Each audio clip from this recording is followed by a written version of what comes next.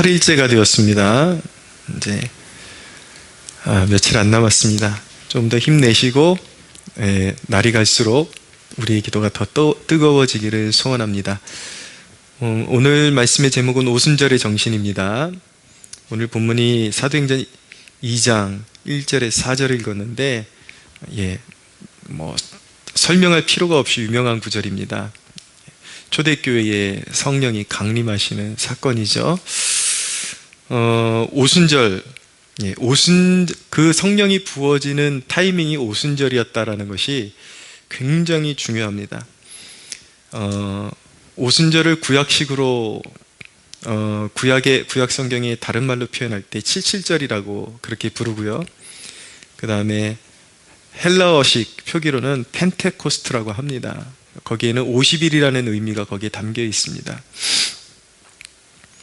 6월절 축제 때 보리단을 이제 하나님 앞에 바치게 되는데, 그 보리단을 바치고 난 후에 50일이 지나서 처음 익은 열매를 하나님 앞에 봉헌하는 날, 그날을 다른 말로 맥주절이다, 맥주 감사절이다. 우리에게 익숙한 그런 절기로는 맥주 감사절로 그렇게 알려져 있죠. 또 다른 각도에서 좀 설명드리면, 이날은 예수님이 부활하신 이후에 50일이 지난 주일이라고 말씀드릴 수가 있습니다. 이 성령이 부어진 사건이. 그럼 여기 보면은 이 절기와 맞물려 있는 그런 영적인 아주 놀라운 의미가 여기 숨겨져 있다는 것을 보게 됩니다. 예수님께서 부활하시면서 구원 사역이 완성되었죠. 구원 사역이 완성되었습니다. 그리고 50일이 지나서 오순절에 그런 추수의 의미가 담겨 있거든요. 그러니까 구원의 완성과 이어서 추수의 의미가 담겨 있는 날이 여기에 맞물려 있다는 것을 알게 됩니다. 그러니까 하나님의 구속 역사가 여기에 다 담겨 있다는 것을 알게 되는 거예요. 그리스도께서 구원 역사를 다 완성하신 다음에, 그 다음에 하나님이 계획하신 일은 무엇이냐면 추수하는 일인 것입니다. 그러니까 오순절의 의미가 무엇이냐, 그것을 여기서 그 의미를 파악해 볼 수가 있겠죠. 왜 오순절에 성령을 부으셨을까? 예수님이 부활하셔서 구원의 사건을 완성하시고, 이제 주님이 하셔야 되는 일은 무엇이냐면 그의 백성들을 일으키시는 거예요. 추수하시는 거죠. 그래서 오순절에 성령을 부어주신 것입니다. 그렇게 처음 익은 열매를 봉헌하는 그 오순절에 성령이 강림하시고, 진짜 첫 열매들이 정말 무진장하게 거두어지는 역사가 일어났습니다. 그래서 결국 신약교회가 그 오순절에 하루아침에 태동하는 역사가 일어났죠. 오해하지는 말아야 되는 게, 교회는 구약시대부터 존재해 왔습니다. 하나님의 백성들을 교회라 그랬는데, 이제 신약적인 완전한 완성체로서의 그 교회, 우리가 알고 있는 이 교회의 개념이 바로 이 오순절을 통해서 사도들의 설교를 듣고 수많은 사람들이 하루아침에 회심하면서 이제 거기서 태동되게 되었다라는 것입니다. 그래서 이 오순절이 첫 추수라는 개념은 또한 이 추수가 계속되어야 할 것을 의미한다라고 볼 수가 있습니다. 그래서 한마디로 왜 오순절에 성령을 부으셨는가? 한마디로 너희는 가서 모든 민족을 제자 삼으라는 이 사명 감당하라고 성령을 부어주셨다라는 것입니다. 할렐루야. 교회의 역사의 방향성, 하나님이 원하시는 방향성은 무엇이냐면 전 세계를 추수하는, 그것이 바로 하나님의 목적인 것입니다. 그래서 이제 그 오순절 이후에 교회에 생긴 일이 무엇이냐 우리가 살펴보면은, 이 오순절의 의미가 더 우리에게 이 오순절의 의미를 어떻게 이해하고 이것을 마음에 새기기를 원하시는지 더 분명하게 드러나게 되어 있습니다. 그래서 이 사도행전의 오순절 사건 이후에 교회 중에 어떤 일이 생겼는지 몇 가지를 좀 짚어보도록 하겠습니다.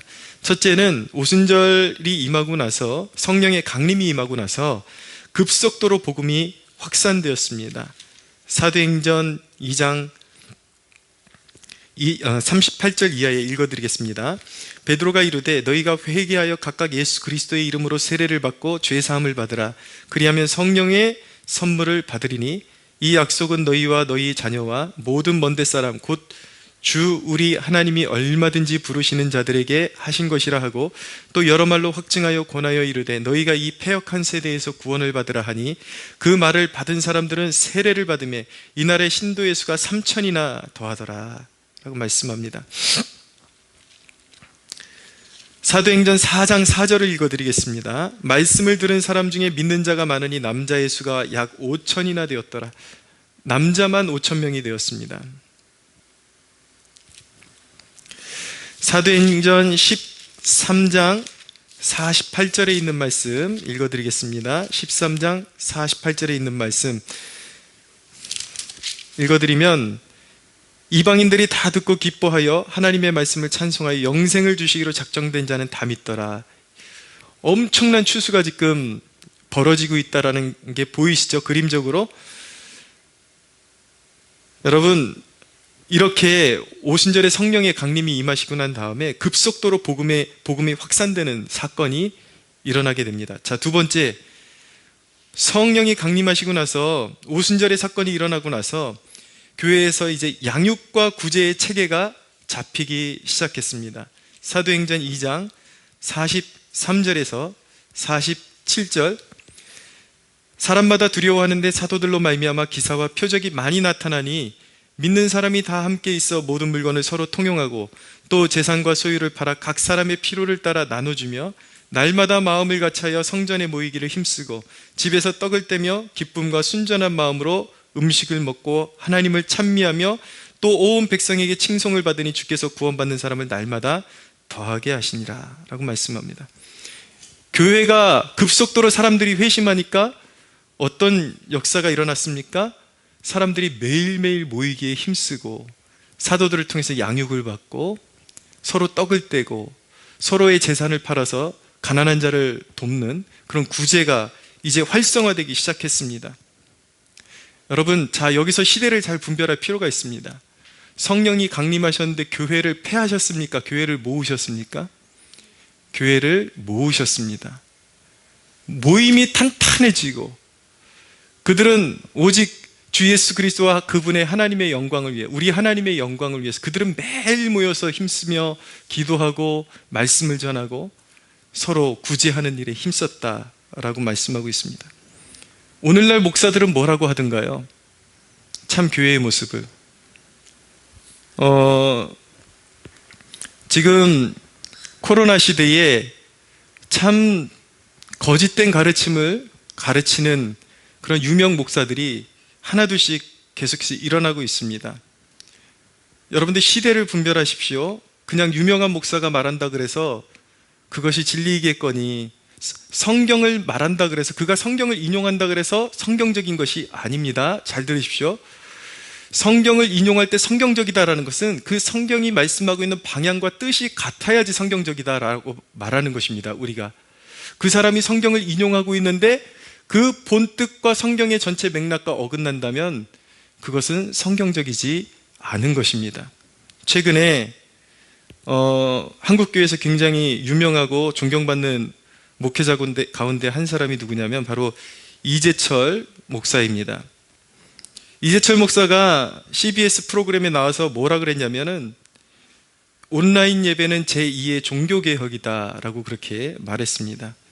그러면서 하는 말이 무엇이냐면, 건물 안에 갇혀서 형식적인 예배를 드리던 사람이 이제 비로소 영의 예배를 드리게 되었다, 영과 진리로 예배를 드리게 되었다 라고 그렇게 주장을 했습니다.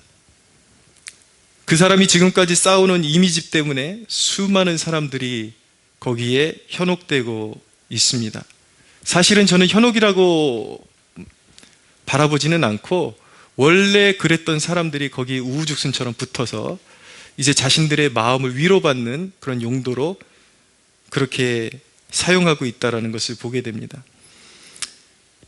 여러분, 우리가 그런 가르침 앞에서 몇 가지 질문을 던져야 합니다. 유명한 목회자가 말한 것이, 그 사람이 말한 것이 진짜 성경적이냐? 우리는 몇 가지 질문을 던져봐야 될 상황과 성경적인 질문을 또 던져봐야 되는데, 첫째 질문해 봐야 될 것은 무엇이냐면, 지금이 정말 팬데믹인가 하는 질문을 던져봐야 합니다. 그 사람들의 그 주장이 무엇이냐면, 지금이 전염병의 창궐로 인해서 하나님께서 교회를 흩으셨다 그러거든요. 그 사람들이 과연 이 시대를 옳게 판단하고 있는지 우리는 진단해 볼 필요가 있습니다. 지금 우리가 겪고 있는 이 질병이 정말 한때 유럽을 흔들었던 흑사병 정도의 그런 파급력을 가진, 치사율을 가진 그런 치명적인 질병이라도 정말 된다고 생각하십니까? 여러분, 팬데믹이라고 정도의 그런 어떤 수식어가 붙으려면은 우리 주변에 있는 사람 중에 수많은 사람들이 적어도 죽어나가야, 아니면 최소한 죽지는 않아도 수많은 사람들이 이 질병을 가지고 쓰러져 나가야 팬데믹이라고 인정할 수가 있을 것입니다. 흑사병은 유럽 인구의 3분의 1을 앗아갔습니다.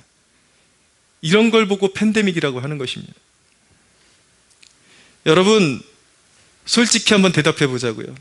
우리 주위에 코로나로 몸져 누운 사람이나 죽은 사람 본 적 있습니까? 통계적으로 나오는 거 외에?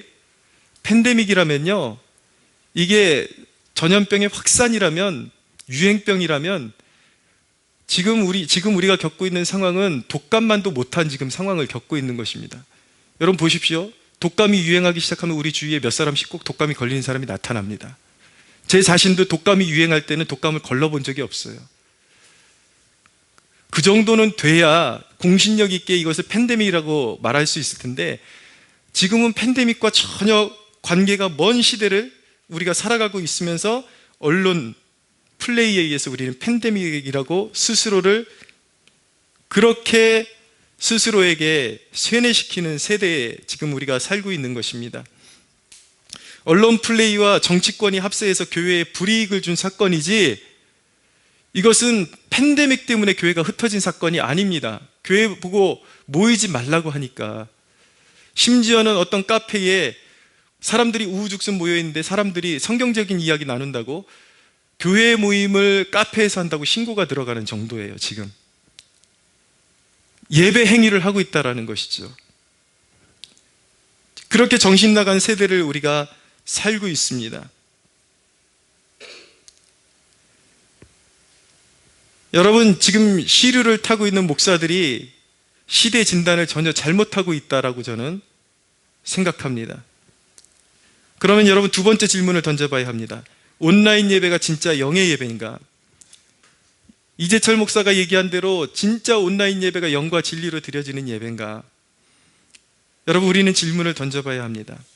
진정한 예배의 속성에는 무엇이 따라붙어야 하는 것인지 아십니까? 사도들이 지금 뭐라고 하고 있습니까? 성경에 그들이 매일 모이게 힘쓰고 사도들의 가르침을 따라서 가르침을 배우고 떡을 떼고 헌신하고 서로의 가진 것을 나누고. 여러분, 진정한 예배의 완성은 1시간 여기 와서 어디 모여서 예배 드리고, 그리고 텔레비 보고 예배 드리는 데서 예배가 완성되는 것이 아니라 주님의 몸된 교회를 섬기는 것. 여러분, 온라인 예배 양육과 헌신이 있습니까? 찾아볼 수 있습니까? 대부분 온라인 예배 드리는 사람들이 뭐라고 고백하는지 아십니까? 늦게까지 자다 일어나가지고 세수도 제대로 안 하고 소파에 앉아가지고 이건 도대체 예배인지 아닌지, 그게 종교개혁이라고 말할 수 있겠습니까? 칼빈이 무덤에서 벌떡 일어나겠습니다. 마틴 루터가 천국에서 비명을 지르고 있을 것 같아요. 천국은 슬픔이 없는 곳이라 그랬는데 마틴 루터가 하나님 앞에서 비명을 지르며 좀 내려보내달라고 그럴 것 같습니다. 제가 지금 말을 굉장히 순화시켜서 하고 있다는 사실을 알아두십시오.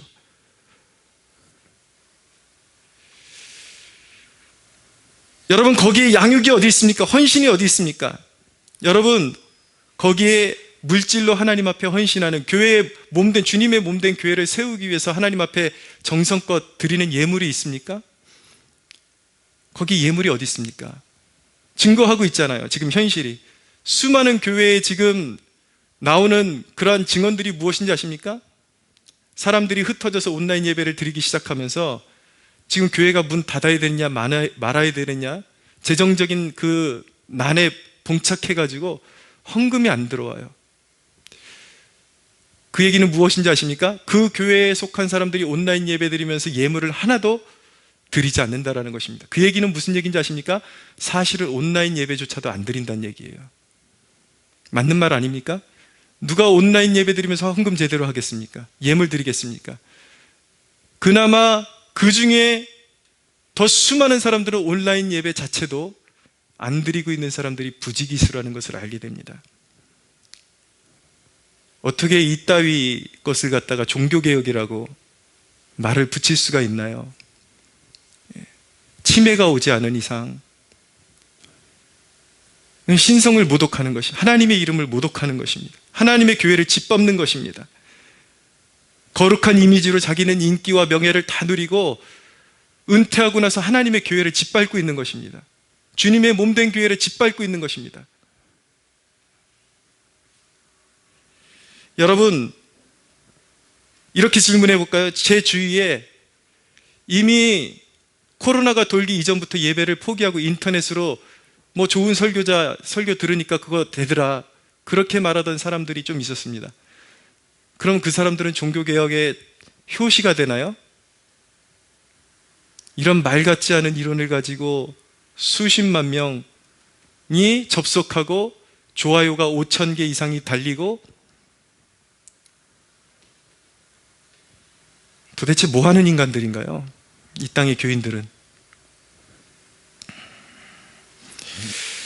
이재철 목사가 거기서 한 얘기가 무엇이냐면 한국교회가 그동안 건물을 하나님으로 섬겼다라는 것입니다. 건물을 하나님으로 섬겼대요.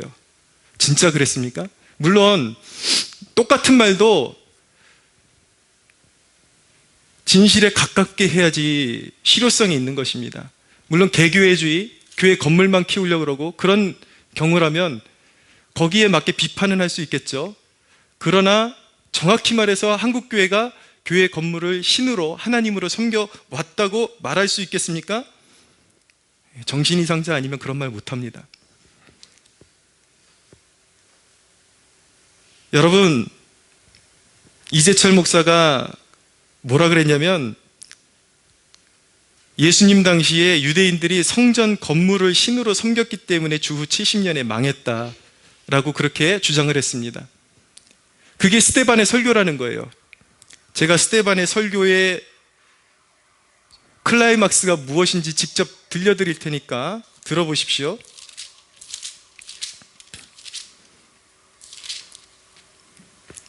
사도행전 7장 51절에서 53절입니다. 이 모든 것이 다 내 손으로 지은 것이 아니냐 함과 같으니라. 목이 곧은 목이 곧고 마음과 귀에 할례를 받지 못한 사람들아, 너희도 너희 조상과 같이 항상 성령을 거스르는도다. 너희 조상들이 선지자들 중에 누구를 박해하지 아니하였느냐? 의인이 오시리라 예고한 자들을 그들이 죽였고 이제 너희는 그 의인을 잡아준 자여 살인한 자가 되었나니 너희는 천사가 전한 율법을 듣고도 받고도 지키지 아니하였도다. 스데반의 설교의 클라이막스거든요. 무슨 말입니까?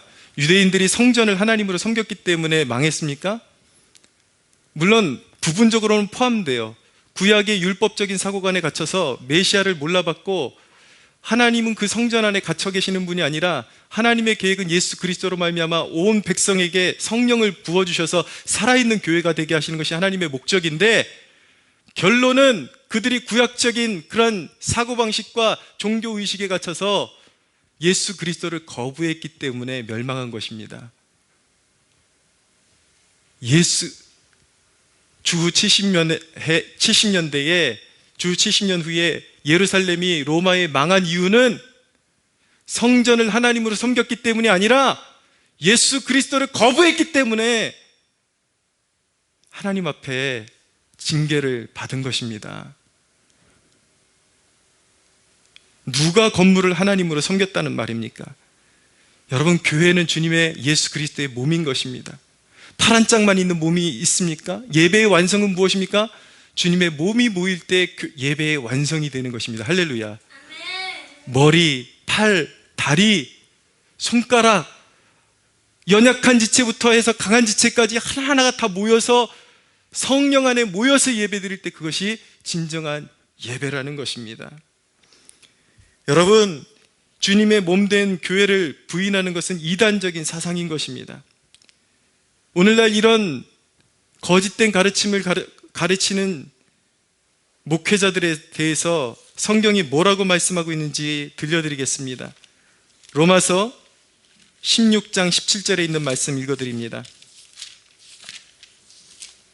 로마서 16장 17절, 형제들아 내가 너희를 권하노니 너희가 배운 교훈을 거슬러 분쟁을 일으키거나 거치게 하는 자들을 살피고 그들에게서 떠나라. 이 같은 자들은 우리 주 그리스도를 섬기지 아니하고 다만 자기들의 배만 섬기나니 교활한 말과 아첨하는 말로 순진한 자들의 마음을 미혹하느니라.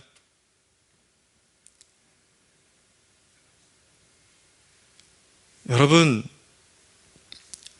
제가 이재철 목사님의 그동안의 사역을 봐서 이렇게까지 현란하게 비판을 하지 않으려고 그랬는데, 여러분, 설교자가 성경을 잘못 이해할 수 있어요.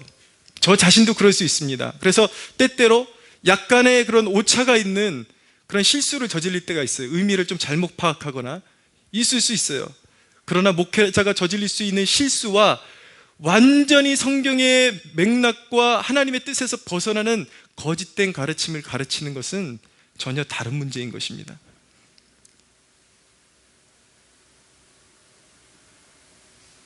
여러분, 벌써 오늘날의 그런 유명 목회자들 뿐만 아니라 벌써 오래전부터 어떤 가르침이 한국교회에 유행해 왔냐면, 교회가 세상에 빛이 되기 위하여 교회 모임을 강조해서는 안 된다라는 가르침이 오래전부터 존재해 왔습니다. 그래서 청년들에게 교회 안에만 있지 말아라, 교회 안에만 있지 말아라, 교회가 전부가 아니다, 세상에 빛이 되어라 라고 보냈는데 어떻게 된지 아십니까? 오늘날 그 열매가 무엇인지 아십니까? 청년 복음화의 초토화가 되었습니다. 다 세속화가 되었습니다. 여러분, 교회에 와서 가르침을 받지 않고 기도를 통해서 영적으로 무장하지 않고 그 사람이 세상의 빛이 될 수 있다라고 믿으십니까? 여러분, 사탄의 특징이 무엇인지 아십니까? 선동을 하지만 그 결과에 대해서는 책임을 지지 않습니다. 오늘날 거짓된 가르침을 주는 목회자들이 사람 구미에 당기는 그런 가르침을 그렇게 선포를 해요. 사람들이 수십만 명, 수백만 명이 그것을 옹호하겠죠? 좋다고 하겠죠? 그 결과는 무엇인지 아십니까? 한국교회가 망조가 들리는 것입니다. 주저앉는 것입니다. 저와 여러분들이 그곳으로, 그런 길로 따라가서는 안 되겠죠. 사랑하는 여러분, 이 시대에 깨어나십시오. 성자의 얼굴을 한 거짓 선생들을 조심하십시오. 항상 유명하다고 다 맞게 찍으러 따라가지 마시고 성경의 진리에 부합한지를 파악할 수 있는 영안이 열리는 여러분들 되시기를 축복합니다. 자, 세 번째로 오순절 이후에 교회에 박해가 일어났습니다. 스데반이 순교하고 야고보가 순교하는 일이 일어났습니다. 그러면서 교회가 흩어지는 역사가 일어났습니다. 근데 박해의 이유가 무엇이냐면, 잘 들으세요. 교회가 이제 커지니까 양육과 구제는 강화되었습니다. 활발하게 움직였어요. 그러나 그들은 선교의 사명을 등한시하고 안주했습니다. 오순절의 의미가 무엇인가? 성령 강림의 의미가 무엇인가? 그것은 세계복음화와 선교에 있었다는 사실을 예루살렘 교회가 망각하고 있었습니다. 그래서 서로 떡을 떼고 좋아라 좋아라, 사도들의 말씀 듣고 좋아라 좋아라 그러고 있는데 하나님께서 박해를 허락하신 거예요. 안주하지 말고 나가라. 여러분, 이 대목, 그래서 결국은 흩어지게 되었는데, 그럼 주님의 몸된 교회가 흩어져서 오늘날 인기 있는 목회자들이 말하는 것처럼 교회가 흩어졌는가? 흩어진 것으로 끝났는가? 흩어져서 주님의 몸된 교회가 폐허가 된 것이 아니라 흩어져서 주님의 몸된 교회가 곳곳에 더 확장된 것입니다. 할렐루야. 사도들의 가르침을 따라 떡을 떼고 매일 모이기를 힘쓰는 그 공동체가 이제는 예루살렘에 집중되어 있는 것이 아니라 지구촌 곳곳에, 열방 곳곳으로 퍼져나가기 시작한 것입니다. 할렐루야. 네 번째로, 오순절 이후에 교회는 누구도 막을 수 없는 선교의 비전을 소유하게 되었습니다. 오히려 박해가 일어나면서 빌립을 통해서 사마리아의 복음이 들어가게 되었고, 그 박해를 피해서 도망가기 시작한 사람들이 헬라 지역에 가서 교회를 세우기 시작했고, 안디옥 지역에 교회가 생기면서 안디옥 교회를 통해서 성령께서 말씀하셔서 바울과 바나바가 이제는 세계복음화에 더 박차를 가하고 세계복음화의 비전을 가지고 나아가는 역사가 일어났던 것입니다. 바울은 스페인까지 바라보면서 로마에까지 진출해서 결국은 로마에서 생을 마감하고, 사도행전의 역사는 아직도 미완성으로 우리에게 남겨져 있는 과제로 우리에게 돌아온 것입니다. 할렐루야. 여러분, 이 전체 대목을 통해서 중요한 교훈은 무엇이냐면, 교회는 박해에 발이 묶이면 안 된다라는 것입니다. 박해 중에도 오순절의 은혜를 부어주신 하나님의 뜻은 무엇인가? 성령을 교회 중에 부어주시는 하나님의 뜻은 무엇인가? 사명 감당하라는 것입니다. 사회 이슈에 따라서 교회가 스스로 사명을 내려놓으면 사탄은 계속해서 부활을 쏘아댈 거예요. 팬데믹이 지나가면, 코로나 지나가면 또 다른 걸 터뜨리고 또 다른 이슈를 터뜨리고 정신없이 해서, 여러분, 그럴 때마다 교회 문 닫을 것입니까? 한국교회가 정신 차려야 합니다. 일어나야 합니다. 여러분, 오늘 저와 여러분이 이 오순절의 정신을 되새기기를 바랍니다. 그것은 무엇입니까? 교회에 아무리 박해가 오고 환란이 오고 핍박이 와도 교회는, 성령 받은 교회는 나가야 하는 것입니다. 할렐루야. 교회는 성령 받아 나가야 하는 것입니다. 할렐루야. 그것이 우리에게 오순절에 성령을 주시는 이유인 것입니다. 사랑하는 여러분, 이 말씀 나누고 마치겠습니다. 제가 굉장히 감동적인 연설을 듣게 되었는데, 미국의 국무장관이 누구냐면 마이크 폼페이오 국무장관입니다. 이 사람이 어느 주에 가서 연설을 하는데 그 내용이 무엇이냐면 이런 것입니다. 요약하면, 우리 미국은 주님이 다스리시는 줄로 믿습니다. 우리는 하나님의 영광이 미국에 도래하도록 그렇게 힘쓰고, 우리는 이 미국의 세금이, 이 금같은 세금이 낙태를 옹호하는 세력들에게 조금이라도 흘러가지 않도록 우리가 그리스도인으로서 막아야 한다라는 것입니다. 얼마나 아름답습니까? 예수의 심장을 가진 한 사람이 국가의 중요 직책을 맡으니까 온 국가가 하나님을 대적하고 일어나도 그것을 그 한 사람이 막고 서 있을 수 있는 역량이 되는 것입니다. 할렐루야. 우리가 왜 선교의 목숨을 걸어야 하는 것입니까? 이 어두운 시대에 세상의 모든 장애물을 뚫고 우리는 왜 성령 받아서 복음을 증거해야 하는 것입니까? 여러분, 한 세대를 복음으로 무장시키는 일이 얼마나 중요한지 이 한 사건을 통해서 우리가 깨달았으면 좋겠습니다. 귀한 한 영혼이 예수 믿고 성령 받아서 하나님을 경외하는 사람이 될 때에 한 나라의 운명도 좌우할 수 있는 역량을 가질 수 있다는 것, 우리가 그것을 믿기를 원합니다. 할렐루야. 오순절의 정신은 이 나라에 어떤 핍박이 와도 교회는 성령을 사모하고 성령 받아서 앞으로 전진하라는 것입니다. 그것이 바로 오순절의 의미임을, 오순절의 정신임을 믿으시고 오늘날 우리 안에 이 오순절의 정신이 회복되어지는 축복이 있게 되기를 바랍니다. 우리 하나님께 영광의 박수 올려드리겠습니다.